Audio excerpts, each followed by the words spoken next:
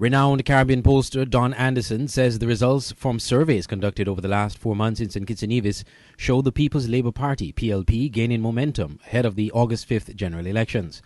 Mr. Anderson, in an interview with SK Newsline on Monday, said he has completed 5 polls over the last 4 months in the Federation, interviewing in excess of 4,000 eligible voters. These polls have all been representative of the voting population, he said. From poll to poll, the findings varied.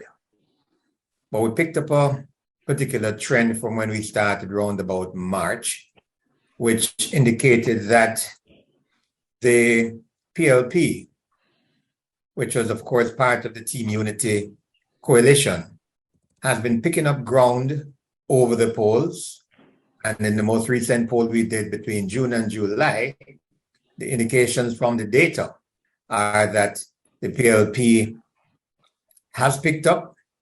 The momentum is with the PLP, and the indications are that they could do well in the elections. As a political pollster, as a professional market researcher, we're not part of the things we don't claim responsibility for is what happens on election day. The polls also showed the weakening of support for the People's Action Movement PAM in 4 constituencies they currently hold, and the growing emergence of the PLP, making the election contest a straight fight between the St. Kitts Nevis Labour Party and the People's Labour Party. What we've found is that the PAM is struggling. I think it is fair to say that it probably is more of a 2-horse race than a 3-horse race. PAM has lost significant ground in the constituencies that it occupied before.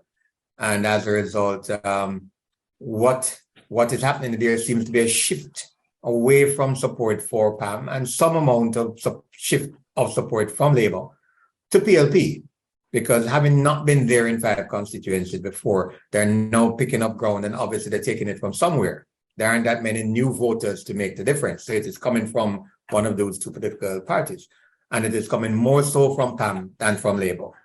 According to Mr. Anderson on Nevis, the Concerned Citizens Movement, CCM, appears to have lost support in 2 of the 3 constituencies which they currently hold there, whilst the Nevis Reformation Party is now favoured to take these 2 seats in the August 5th general election. We have seen where there has been a quantum shift in our data from the CCM, which currently occupies 3 positions in Nevis, to a situation where they are in a reasonable position in only one of those 3.